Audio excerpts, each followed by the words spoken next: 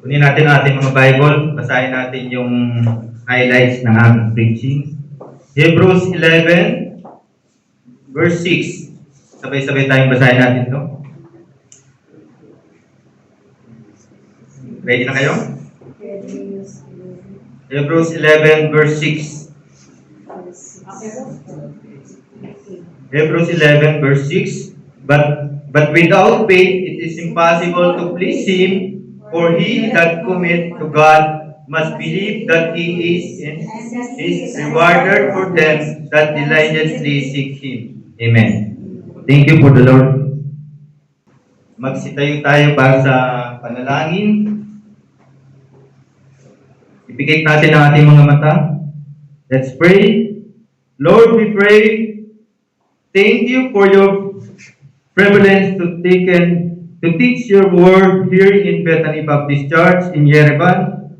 Father, we thank you for the word. We pray your humble heart as a servant. You, Lord, give me strength to fulfill my dreams to serve you, O Lord. The Bible tells us we need to ask for my wisdom to help to teach your word, Father God. Guide me for today. Give me a blessing. In Jesus' name we pray. Amen. Please be seated. Intensifying our faith in God. Reminder that you have faith, we have to look the Word of God. Sabi nga sa Psalm 118:8-9, it's better to trust in the Lord than to put confidence in man. Verse 9, it is better to trust in the Lord than to put confidence in principle. Sometimes being a Christian, napakahirap, di ba? You have about something we are not to fulfill. We have to be aware to continue trust with Him. Amen? In the Lord. In Psalm 62 verse 8, sabi, trust in Him all the time, you before you put your hearts to Him, for God is our refuge. The Bible tells us, it is a substance, vitamina. Kailangan natin laging manampalataya. But in Hebrews 11:6, and without faith it is impossible to please Him, for whosoever would draw near to God must believe that He exists and He rewards those seek Him. Amen. Kailangan talaga natin ang pananampalataya, bawat isa sa atin. Napaka-importante na meron tayong pananampalataya sa Panginoon. Sabi sa Mark 11:22, in Jesus answering said unto them, have faith in God. To all passages ay patungkol lahat sa ating pananampalataya. Lahat ng mga binasa ko. In 1 John 5:4, for whosoever born for God overcometh the world, and this is the victory that overcometh the world, even our faith. Amen. Amen. In 1 John 5:5, who is he that overcometh the world but he that believeth that Jesus is the Son of God? Dapat naniniwala tayo. Dapat alam nyo na si Jesus Christ lamang ang makakapag-save, nag-save sa atin sa ating mga kasalanan. Amen. You make a decision na dapat tanggapin natin na tayo ay makasalanan. Amen. Bawat isa sa atin. Because of our original sins. Kahit sa ayaw sa gusto, dapat tanggapin natin tayo makasalanan. In Matthew 9:29, then touch their eyes, saying, according to your faith, be it unto you. Amen. Sabi nga, faith is not pretending. Dapat bukal sa ating mga puso yung ating pananampalataya. Amen.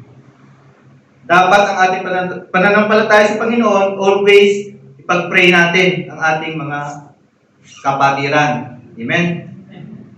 Faith is not a feelings, faith is the attitude of confidence in God. It is positive expectation from God. It is expecting the best from God. Amen. We ask to expect that us achieve what we expect to achieve. It influences the happiness, our health in marriage, our relationship sa ating mga mga loved ones. Amen. Sana. This is what talking about in what Matthew 9:29, the touch of their eyes saying, according to your faith, be it unto you. We have agility to choose, we have responsible with God. They have 7,000 promises from the Bible. Nabasa niyo na ba lahat yun? Ako, hindi pa rin lahat. But faith is the key. Sabi nga sa Armenia, banale, susi. That's all promises and determined in your life. Ito yung ating faith ng pananampalataya natin. Amen? Sa 2 Timothy 1:12, for the which cause I also suffer these things, nevertheless I am not ashamed, for I know who I have believed, that the persuaded he is able to keep. Look at that. This is Apostle Paul. Yung nagsasabi, what you expected, what happened? The key. This is the question. What you expecting God for God? Some of you expected, you have courted, like Mr. Alexa said, and eventually to be married. I remember. I don't know. Sabi sa 1 Samuel 17:32, and David said to Saul, let no man's heart fail because of him. The servant will go and fight with this Philistine. This is the story of David. You remember? Yung pinento ko last time ng story of David and Goliath. This is a familiar story. Goliath is a giant from the enemy nation. It is 9 feet tall. Matangkad siya. With heavily metal and Israelites army are afraid, natatakot sa kanya. Kasi siyempre malaki. Saka, ano siya? Kumpleto siya sa gadget, di ba? Ang halos bakante lang yung noo. Kaya yun ang pinukuhan. And said, you're the best man. Iharap niyo ang pinakamagaling. Sabi, in fighting or whatsoever wins the battle, everybody is frightened to death. Lahat natatakot. In 1 Samuel 17:11, when Saul and Israel heard those words of the Philistine, they were dismayed and greatly afraid. Amen. And David said, I'm not afraid. Hindi siya natatakot. Hindi siya nag-aalala, kahit siya'y taga-alaga lang ng tupa, sa small, di ba? Siyang, yun ang talagang niya, trabaho. And 1 Samuel 7:37, Philistine and Saul said unto David, go, and the Lord be with thee. Pumunta ka at ang Panginoon ang nasa sa iyo. Amen? 3 things expecting the best from God does in our lives. Unang-una, it honors God. Kailangan natin. Sabi sa 1 Samuel 17:46-47, this day will be word delivered thee unto mine hand, and I will smite thee, and take thine head from there. And I will give the carcass of the host of the Philistine this day unto the fowls of the air, and to wild beasts of the earth, that all the earth knows that there is a God in Israel. 47, and this, the assembly shall know that the Lord saveth not with sword and spear for the battle of the words, and he will give you unto our hands. So look at that. The faith of David expected it honors God. Amen? Amen? Matindi ang pananampalataya ni David sa ating Panginoon. Kahit gano'ng kalaki si Goliath, nagtiwala siya sa Panginoon, yun ang faith na sinasabi.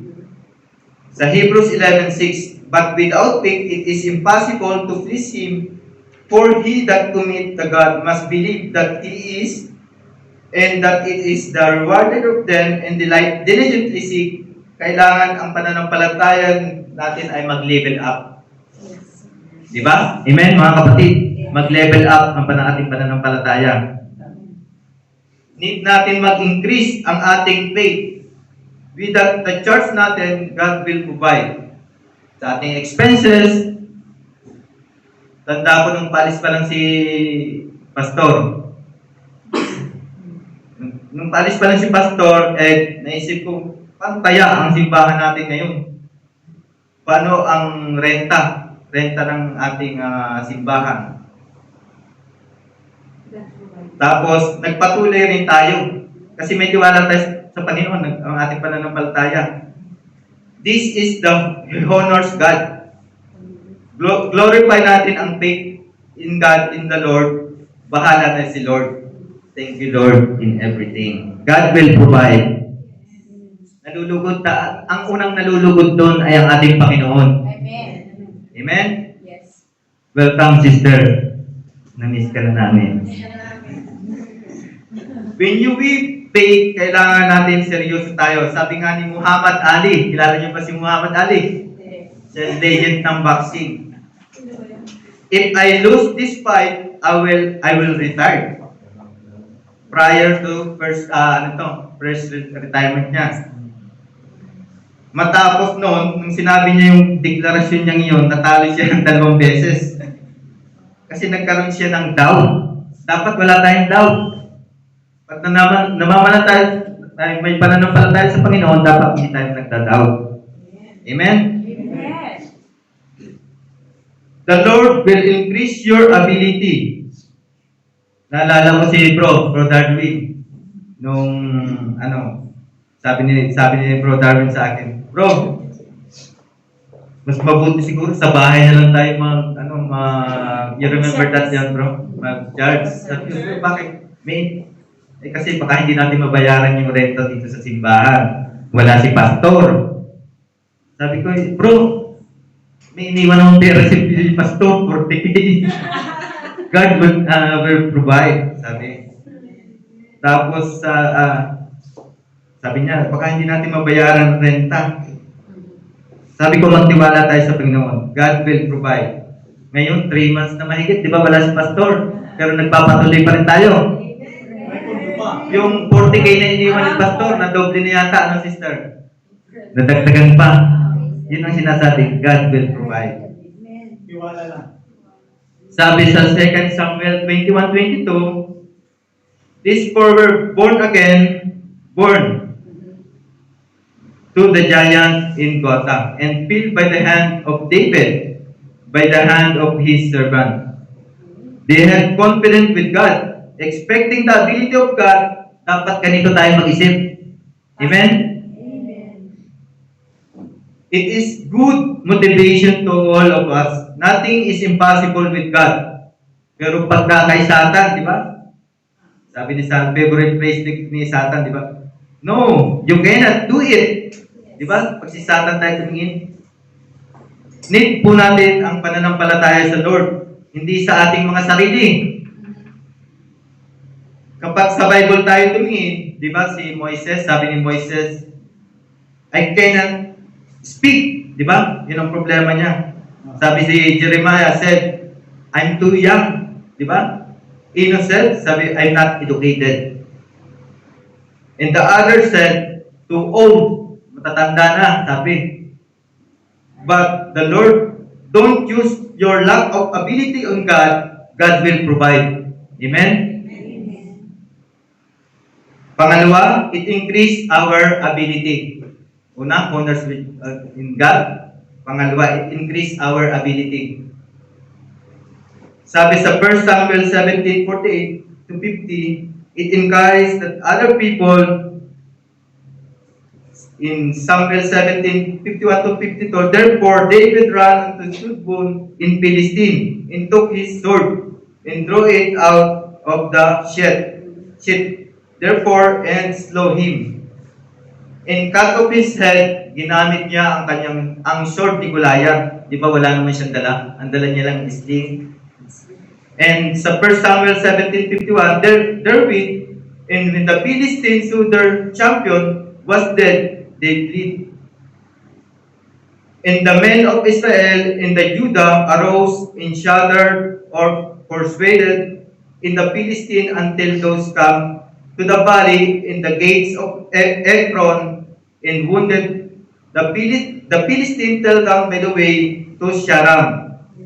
Even unto God into Ekron. So look at this.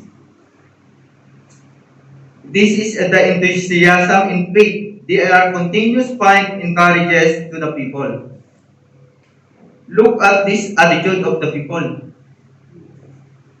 of Israel to get ayaw na winning team, di ba? Kailangan sumama tayo sa mga winning team. Dapat motivated tayo by each other. Ito ay nakaka-encourage sa atin itong pinagkwento ko na ito. Some of you nawawala na ng faith, dapat hindi negative, always positive tayo. Amen? Yes. Meron ba kayong mga kilala na laging nag-iisip ng mga problema? Looking things in other side to develop our positive side. You need to work hard. Bawat isa sa atin maging work hard. Building our faith. Kaya itong ating tinatalakay natin, paano natin yung intensifying your faith, paano natin mapapatatag ang ating pananampalataya, mapapaigting. Kailangan natin ang 5 principle from God's word to rekindle and intensify our faith in God. Amen? Paano natin mapapaigting ang ating pananampalataya sa Panginoon? Brethren, if you more than in your life, you have to intensify, you need to be increase your faith. Unang-una, start your day with the faith, not doubt. Amen? In the morning, O Lord, in the morning, we will direct my prayer unto Thee, and will look up. Minsan, pagkatapos natin gumising, masama ang ating pakilasa. Masungit tayo. Kasi pupunta na naman tayo sa trabaho. Hindi na naman tayo nagpasalamat sa Panginoon. Sabi natin, ay ganun. Halang, kainis. Diba? Minsan naririnig ko yun eh. Ang sungit. Hindi dapat ganun. Sister. Or Lord, morning. Boom! We direct our prayer unto them. We will look up. How we wake up in the morning? Are you happy or are you grumpy? Happy. Thank you. God says, start your day with the faith, no doubt. Start your day, they are expectation. This is a great day. Dapat ganun tayo. Rejoice. And we will glad it. Yung kinasta ng ating kanina. To develop more positive personally, start your day good news, not the bad news. Binuksan natin cellphone natin. Maraming mga bad news. Start the day with the Lord of God, the Word of God. Don't start the negative. Start with the positive. Read the Bible. Dapat nagbabasa tayo mga Bible. Memorize the promises. Di ba yung 70,000? Kaya ba natin yun? Kaya natin. Pray. Positive input in your life. Dapat yung mga positive ang nilalagay natin sa ating mga buhay, sa ating sarili. Number 2, look for something good in everyone and everything. Sabi sa Romans 8:28, all things together for good. Minsan, ano pa natin yun? First life pa natin yan. Pero dapat sinusunod natin yun. Kung first natin life, dapat nakikita sa ating mga buhay. Amen? Sa Psalm 18:28, for thou wilt light, make kindle the Lord, and give my enlighten my darkness. Maging optimistic tayo. Amen, brethren. to handle our problem. Sure, they have obstacle, they have problema. Hindi naman mawawala yan eh. But the problem, they can handle with God's help. Dapat sa Lord tayo. Sa James 1:8, 1:3, knowing this is they trying to your faith, work it patient. When it comes to the problem, pag dumating ang problema sa ating mga buhay, don't deny. Labanan natin, harapin. Magtiwala tayo sa Panginoon. Kailangan positive attitude tayo. Look at the future.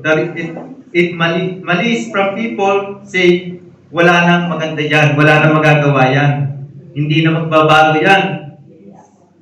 Look for something good for everyone. Dapat na nakikita natin sa ating mga kasamahan, tingnan natin yung magagandang ginagawa niya, hindi yung masasama. Dahil wala namang perfecto, di ba? Amen?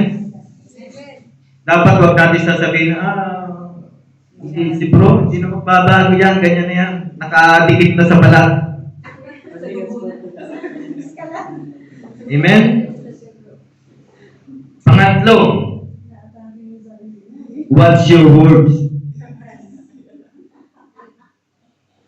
Pag-ingatan po natin ng ating pananalita.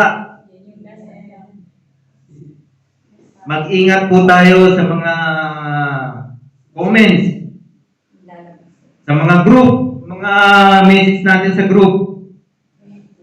Dapat dapat yung natin, yung ipo-post natin, yung makakapag-build up sa ating mga kasamahan. Hindi yung pag nabasa yung message, nadi-discourage, ayaw na mag-attend. Amen? Mag-ingat tayo, mga kapatid. Minsan, isasama pa natin si pastor.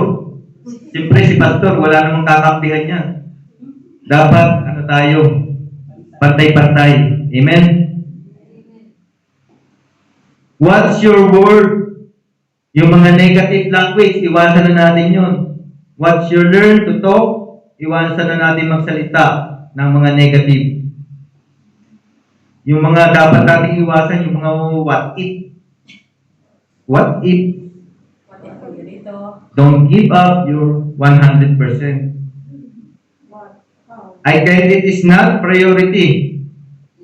Ang kabalik-balik ito yung Philippians 2:13. I can do all things, certainly dapat, tayo? Mapagmatsyag. Ano ang dapat meron tayo?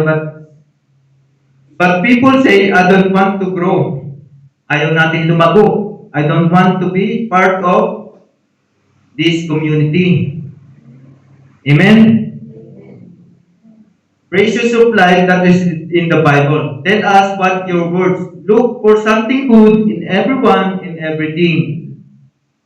Start your day with a faith, not doubt. At number 4, associate with positive people and avoid complainers. Amen? Amen. Tell your friends, and I will tell your future. Sabi sa 1 Corinthians 15:33, be not deceived. Evil communication corrupt good manners. Watch our friendship, in our relationship. Nagiging complaining tayo, looking at the wrong things. And the Bible says, stay away from them. The Bible telling us, huwag kayong makikisama sa mga yan. Get afraid. Instead, with the positive people. Negative people did not stay sa atin, di ba? Nang matagal.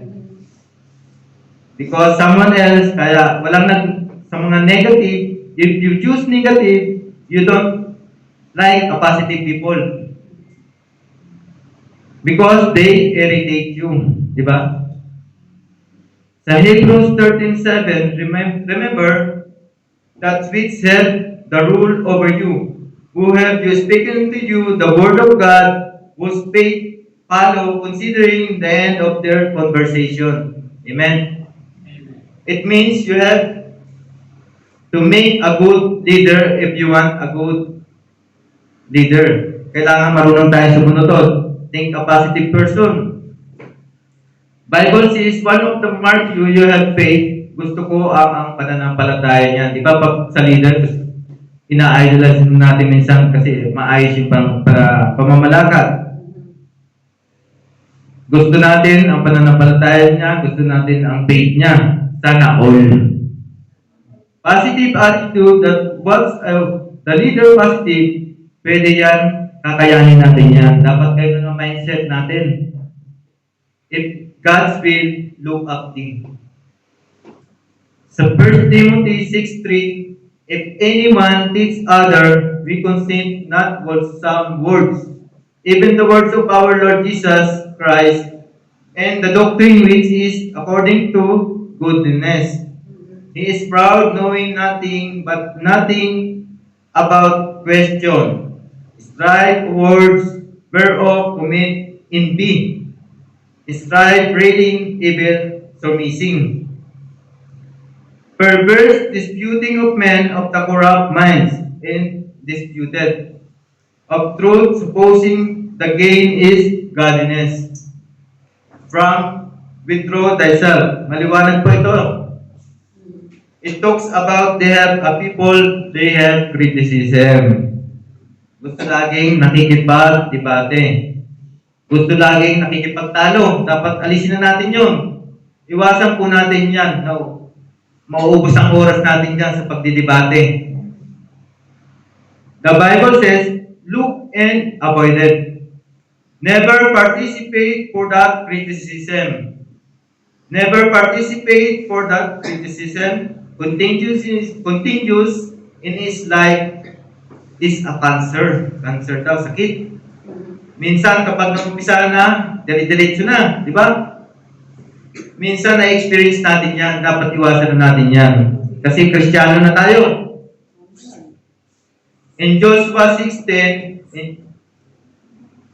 and Joshua had commanded the people, saying, Ye shall not shout, nor make any noise with the voice, neither shall any word proceed out of your mouth, until the day abed in shouting shall be shout. Walang lalabas ng salita sa inyong mga bibig. Bakit kaya? Meron nga tayong kasabihan na kung wala ka namang sasabihin na maganda, mas mabuti pang tumahimik. Amen? Yes. Meron pa rin masasabi sa iyo. Tama ka, minsan, mali. Masasabi sa iyo, mali ka. Bro, mali ka. Pag mali tayo, mali. The root of negotiation is fear. Balikan natin yung Genesis, di ba? When you see somebody negative person, it is fairly. Takot is insecure. When he is afraid, somebody threatening, the walls go up. Amen. Avoid negative people and complainers.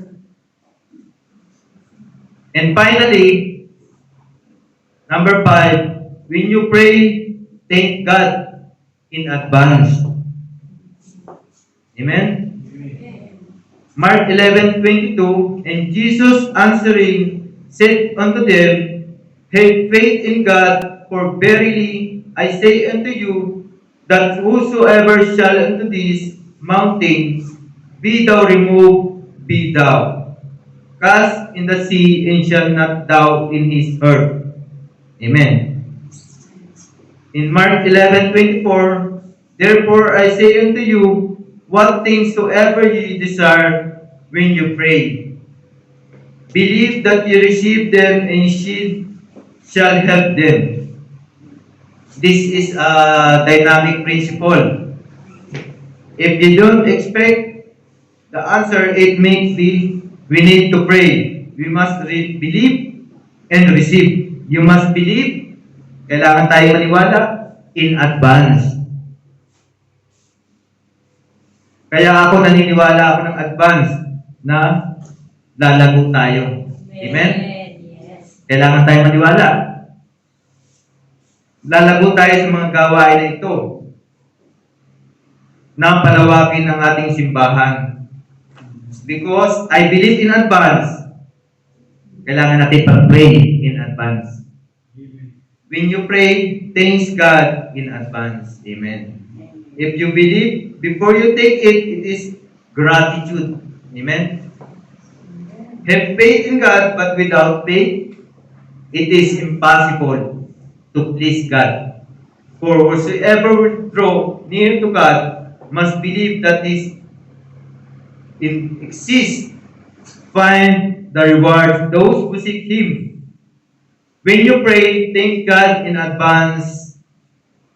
And when you look up at John 11:41, they have look away the stone from the place where the dead was laid. And Jesus lifted up in his eyes and said, Father, I thank thee that thou art afraid. Amen. Si Jesus yun.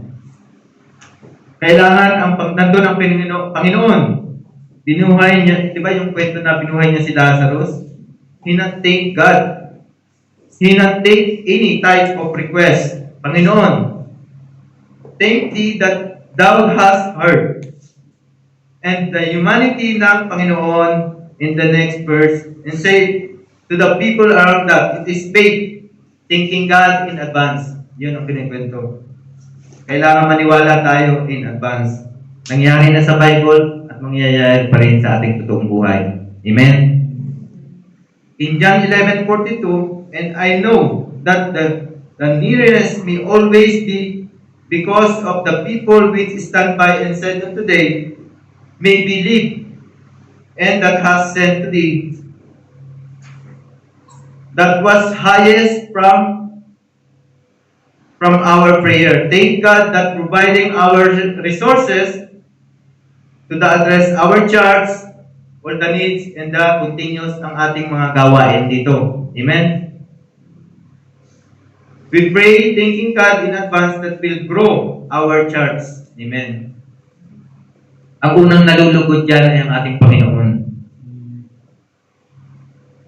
Malapit nang bumalik si Pastor. Next Sunday, siya na yung mag-preach sa atin. Amen? Thank God. Salamat sa inyong pagtitiwala sa amin ni Brother Darwin. Kahit wala si Pastor, ano pa rin, continuous pa rin yung ating gawain. At lagi tayong maraming guests. Amen. Glory to God.